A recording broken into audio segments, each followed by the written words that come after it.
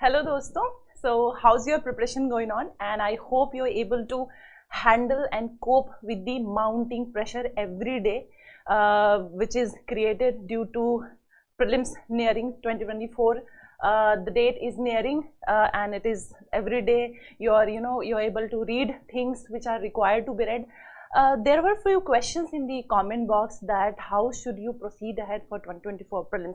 Look, in very short, let me tell you that how do you expect the questions, how do you mark the areas where UPSC is going to ask questions this year.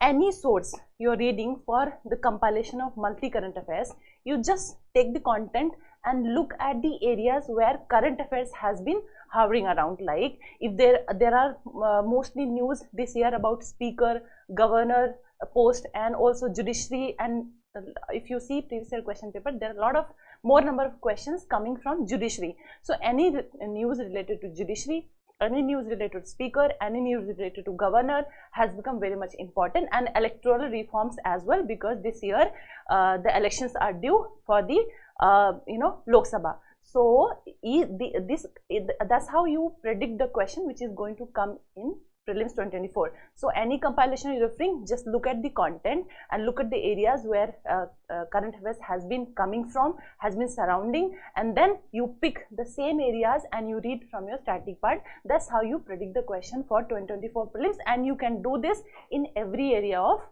any subject like history. You can look at art and culture. For example, this year Vaikom Satyagraha is 100 years of Vaikom Satyagraha, temple entry movement, Vaikom Satyagraha, E.V. Ramaswamy Naikar. These things will become important. Similarly for art and culture, if you see the temples which has been used, like Kalaram temple, Ayodhya, and Hawaii Kalaram temple, what is the significance? So if you look at the glossary, if you look at the content, whichever source you're referring for monthly current affairs, just look at this and then mark the areas which current affairs has been surrounding, and then go in the static part, whatever book you're referring, and read it, and that's how you can predict the question which might come for prelims 2024. For detailed discussion, we'll be bringing a video on how to go ahead for 2024 prelims. Now let's begin with the main agenda of our daily exercise, that is DNA Daily Newspaper Analysis of Tathastu-ICS. I welcome you all. So yesterday what all we did, our discussion was mainly around electoral bond scheme, and when I was discussing electoral bond scheme yesterday, I told you that now 3-4 days lot of articles will be keep on coming on electoral bond scheme. So we had discussed what is electoral bond scheme and what were the amendments which were brought by the government to make electoral bond scheme effective, and it was brought in 2018. And then we had looked how it is related with various articles of the constitution, like article 19(1)(a), article 19(2), article 14, and we had also connected it with K.S. Puttaswamy case, in which we discussed one of the doctrines, like doctrines of proportionality. If you go through all those things which we had done in yesterday's discussion, your electoral bond scheme and various aspects related to electoral bond schemes were covered, along with we did a practice question as well. So in today's news, most of the articles are surrounding electoral bond scheme and electoral reforms. Today we will not be taking electoral bond scheme because every aspect of electoral bond scheme was covered yesterday. But as electoral bond scheme is again in news, for us elections due this year for Lok Sabha, then for us again electoral reforms becomes important. So today we will be taking electoral reforms and various aspects related to it with some of the PYQs. I will be showing some of PYQs which has been asked by UPSC. That's how you can understand the relevance of the topic, and we'll look at some practice questions as well which might come in coming years UPSC mains examination. The first article of today will be on something which might come in prelims, that is about a grass, that is a broom grass. Let's look at the news. So the first article that we will take up is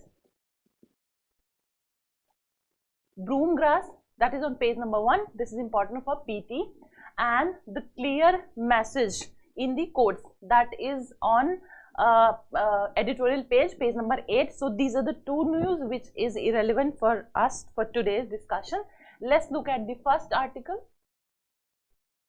Look at the picture. If you look at the picture, the line here says that tribal people carry broom grass at Umzwai village in Karbi Anglong district of Assam. The harvest season of the cash crop will continue till the end of February. Assam is the largest producer of broom grass in the country. So this is it, but UPSC has been asking question on these small news in the Hindu, and there was a question in prelims few years back about a camel. So this was a short, in very much short, it was given in the Hindu that particular year. So this again, this kind of question becomes important for you. Little bit of reading surrounding this information will help you to tick mark the right answer in UPSC if any question comes on this area. So let's look at some of the points related to this broom grass. Broom grass, otherwise it is called as Tathastu-ICS maxima. However you pronounce, you might pronounce pronunciation, nobody is going to ask. And what is the context of the news? Karbi Anglong district of Assam is the leading producer of broom grass in India, commonly known as jharu. So it is also commonly known as jharu. So UPSC can give a this kind of statement that consider the following statement. Then it might write like it is the other name of this, and then commonly known as jharu, has been contributing to the local economy since many years and about. Then the important is this is a cultivated cash crop in the hills of the state, hilly region, in the hilly regions it is produced. So commonly known as jharu, it is grown in the Jhum fallow season. So when it is grown, it is cultivated in Jhum fallow season by people of Tiwa, Karbi and Khasi communities, and it is produced as a mixed crop, and then for its inflorescence used for making brooms. So it is used for making brooms. The third point, cultivated, it is a cultivated cash crop. It is commonly known as jharu, otherwise name is Tathastu-ICS maxima, and then Karbi Anglong is the largest producer of the brooms in the India. So this is again another PT pointer. Cultivation of broom grass is comparatively easy and requires only small financial inputs. It can be grown on marginal lands, wasteland, and in Jhum fallow land. It grows well on a wide range of, then further soils from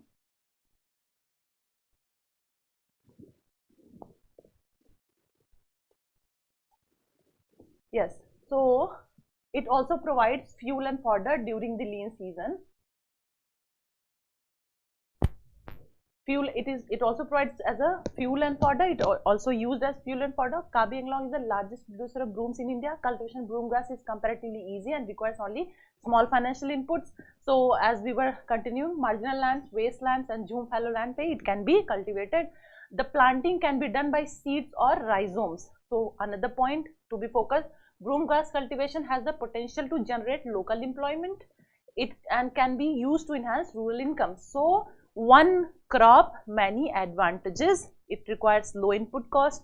It is cultivated as a mixed crop. It is a cash crop. It helps to boost the local economy. All these are the points which you can mention. You can point out. You can note down, and these are the statements which UPSC can give and might ask. This is about which crop? So this is about broom grass, which is cultivated in Assam, hilly areas of Assam. So this is it about this particular news. Next, which we will take up in detail, is some further news regarding electoral bond scheme. So this is the article that needs to be covered in detail. Yes. So let's read the clear message in the courts. The clear message in the courts: no to electoral bonds. The judgment of Supreme Court in India, February 15, 2024, striking down the electoral bonds. So we have read all those things. Let's move to second paragraph and the first line, which says funding limits removed. There are no other legal issues. The first is the limit of funding by corporate house or organization. Again, The world over, this amount is limited to prevent undue influence of the government. We had such a provision in India before electoral bonds were introduced. Before the electoral bonds were introduced, even India had the cap on how much the corporate houses or the organizations can contribute to electoral funds, electoral funding. Next, which is important, the scheme even allowed loss-making companies, electoral bond scheme, electoral bond scheme allowed even the loss-making companies to make donations. So this could result into making shell companies, and through shell companies, various corporate houses could finance electoral bonds, electoral campaigns. This might have influenced decision making or policy making of the government, because whichever house was contributing through these electoral bond scheme might have taken advantage of it and might have pressurized the government to bring in favorable policies for their interests, to further their interests. So this is where it has talked, this is what it has been talked about in this article.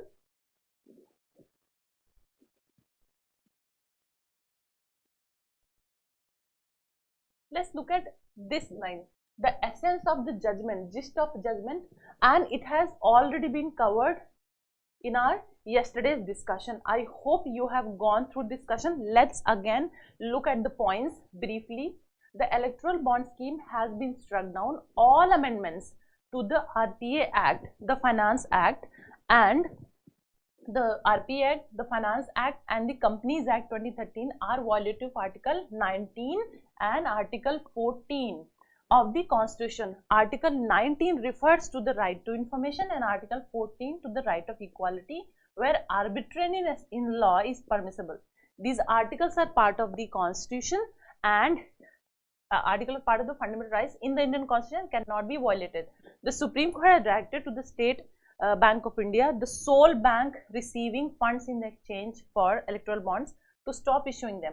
The SBI has to submit the full details of all electoral bonds that have been issued so far, the Election Commission of India, by March 6, 2024. So, all the details wherever the electoral funds has come from has to be released on a website, and it will be available for the public to view.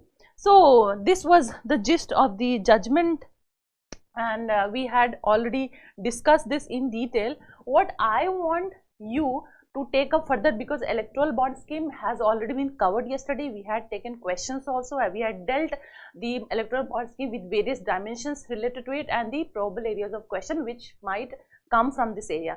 But further, something related to this again becomes important, that is in general, overall, the scenario of electoral financing in the country. So let's look at some dimensions of electoral financing in the country, and we will take up that in detail.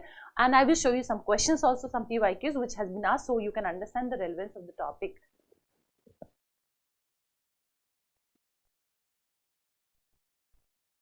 So see, why this topic becomes important for us. Indian polity, for prelims, Indian polity and governance, constitution, political system, panchayati raj, public policy, rights, issues, etc. For mains, salient features of the Representation of People's Act, appointment to various constitutional posts, powers, functions and responsibilities of various constitutional bodies. This is the mains syllabus where you can, mains and prelims syllabus where you can relate this topic to. So the next point that is to be understood, the first thing is, what is the importance of electoral funding in the parliamentary democracy? But before we take up these things in detail, let's look at some of the questions so you can understand the relevance of the topic. In year 2017, UPSC had asked this question. Let's look at the question. To enhance the quality of democracy in India, the Election Commission of India has proposed electoral reforms in 2016. What are the suggested reforms and how far are they significant to make democracy successful? So, some of the electoral reforms were suggested by Election Commission of India in 2016, and following year in 2017, the question was asked around that news. So, that's how you can understand the areas where questions might be asked by UPSC in coming examination. Let's look at the next question. This is for practice. This is just for practice so that you can understand the kind of question UPSC can ask from this area. Ensuring transparent and equitable state funding of elections in India is not just a financial investment. It is investment in the democratic foundation of the nation. In light of the current discussion in the Supreme Court regarding transparency in electoral funding, examine the statement. So 150 words. If you have to write this question in 150 words, 10 marker, how will you proceed? That's where for this particular answer we will be looking on the discussion in detail, so you can attempt this question easily. Second question, look at the probability which might be the kind of question which might come. Recent change in India's election funding system creates more loopholes which allows moneyed interest groups to clandestinely influence political parties. Discuss. Second question. Third question, in a democracy, political power is in theory supposed to flow from popular or people's approval as measured by results in elections. However, in practice, this system is often distorted by number of factors, financial power being the most prominent of them. Discuss the statement with respect to electoral financing in India. So, look at the kind of question which are probable, which might come in the examination. With these questions in mind, let's have a discussion of electoral financing in India in detail.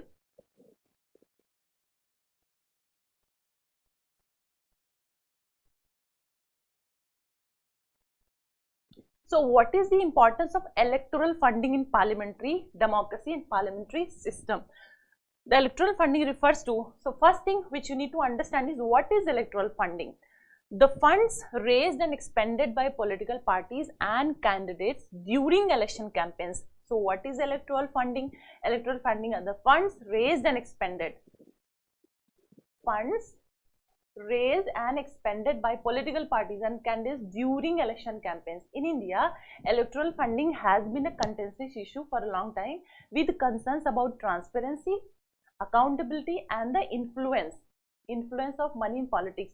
So, the transparency, accountability and the influence of money in politics, these are the areas which has been in question, which has been in discussion when we talk about electoral funding in India.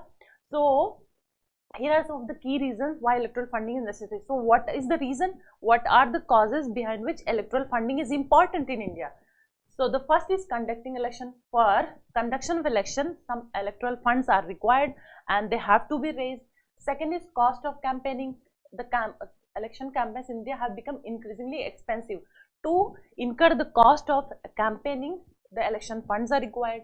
Then democratic participation. Adequate electoral funding can encourage greater democratic participation by allowing more individuals to run for elections and compete in elections. This can lead to more diverse range of candidates to ideas. So, when there are more funding of elections, more people will become eligible to come into the politics and contest. So, there will be diversity of people who will be enabled to come into the politics and contest if enough funds are available by electoral funding. Then next point which you need to have understanding of, what are the salient features of electoral funding system in India.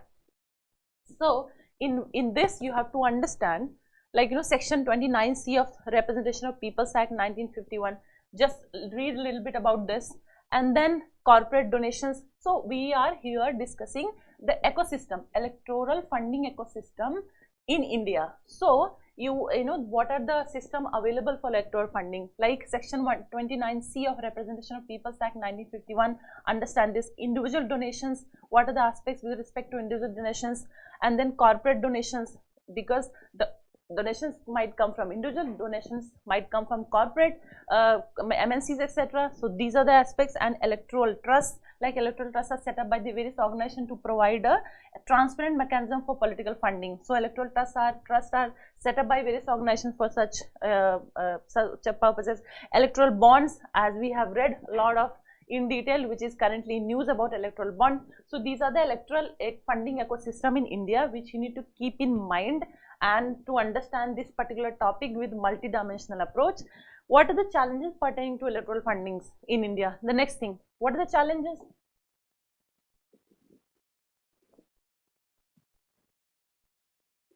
Challenges pertaining to electoral funding. So, electoral funding, what are the various challenges which are being faced for the electoral funding in India? The first is anonymity of the donations through election bonds. This is the area where this is the one of the issue because of which Supreme Court has struck down electoral bond scheme, right? The second, ceiling on cash donations are lowered. This is also in 2017 budget, the limit for anonymous cash donations by an individual to a political party has been lowered from 20,000 to 2,000. So any individual can provide the cash donations anonymously. From 20,000 to 22,000 limit has been decreased.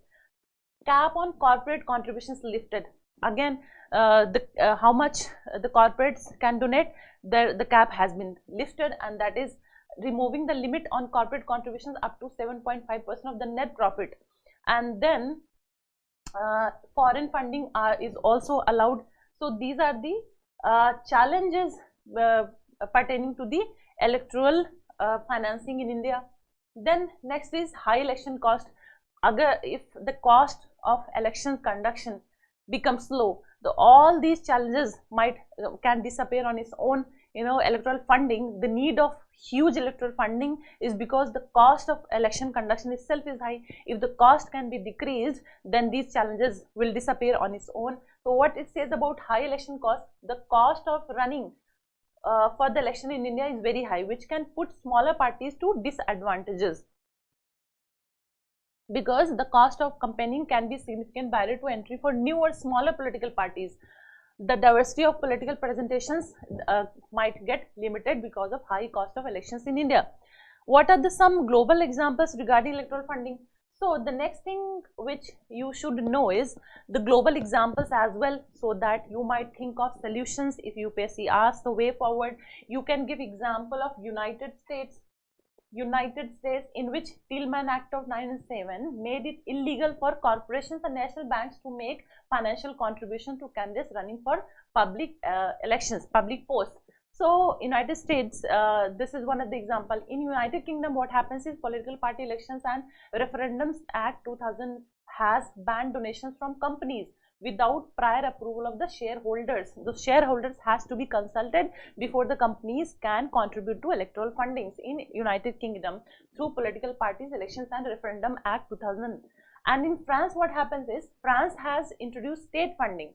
So in France, there is state funding. Again, in this area, there again question becomes is, what is the possibility of state funding for elections in India? Can this provide solutions to electoral funding ecosystem in India? This can again be a question. You can give example in support from France, where it says that subsidies, strict disclosure legislation, robust reporting of the donations to political parties by media, and ban on corporate donations and business houses. This is example of France.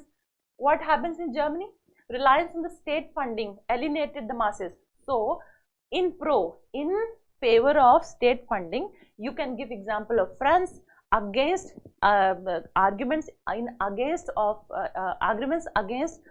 electoral funding or state funding of electoral financing. You can give example of Germany, where introduction of state funding has alienated the masses. Why? Because from the political who left no need to connect with the majority of population, because if population will be the one who will be funding the election, so it becomes people who receive the parties which receive such electoral funding, they become answerable, or they start pleasing, or they might they do engage people who are the ones who are providing electoral funding. But through this, if state funding is introduced, so political parties will have no interest to connect with the public or the companies or the corporations and work in their interest. So this is an argument against state funding in elections.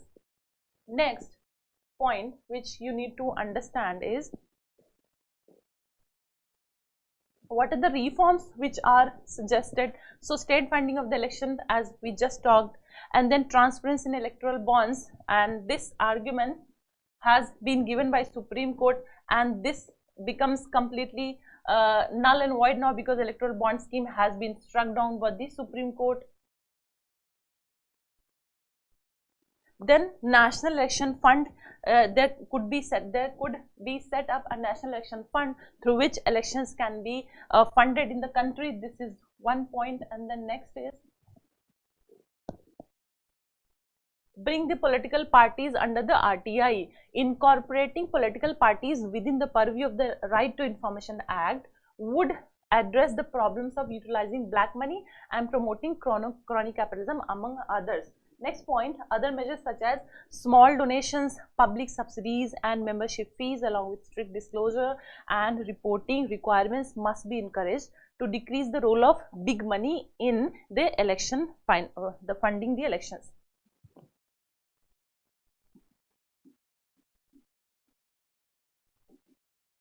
Funding the election. This is a typing mistake. Then what you can write in conclusion.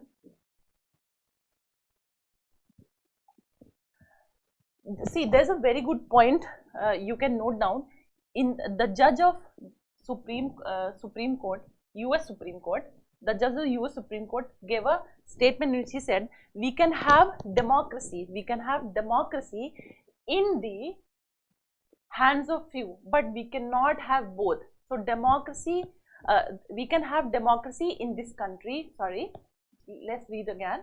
It says that we can have democracy in this country, or we can have great wealth concentrated in the hands of few, but we cannot have both. A clean, transparent electoral funding process is vital to ensure a fair electoral democracy.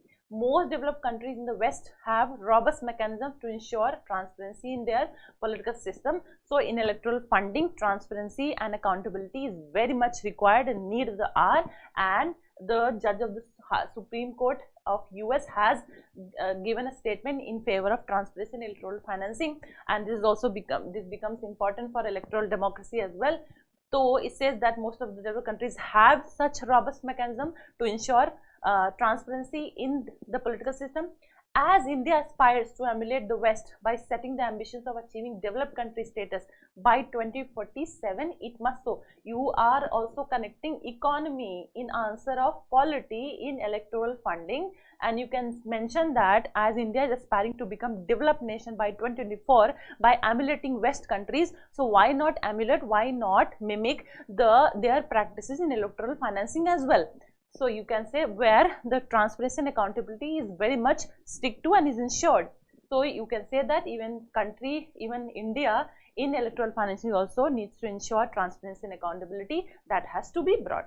Cleaning up electoral finance can be the first step in this regard. So this can be a conclusion of this particular topic. We have concluded, and then as we saw, please note down these questions and try to answer on your own and see if you can find out the you can attempt these questions easily. These are 150 words 10 marker. Just read the content which was shown, read newspaper today, and you can handle this question with ease. So as I said, if you are in habit of newspaper reading daily and you are not missing it, you will see that there will be some days where you will require 1.5 hours to read the newspaper. But if you are reading it consistently, there will be most of the days where you will just need 40 to 45 minutes to cover the entire news.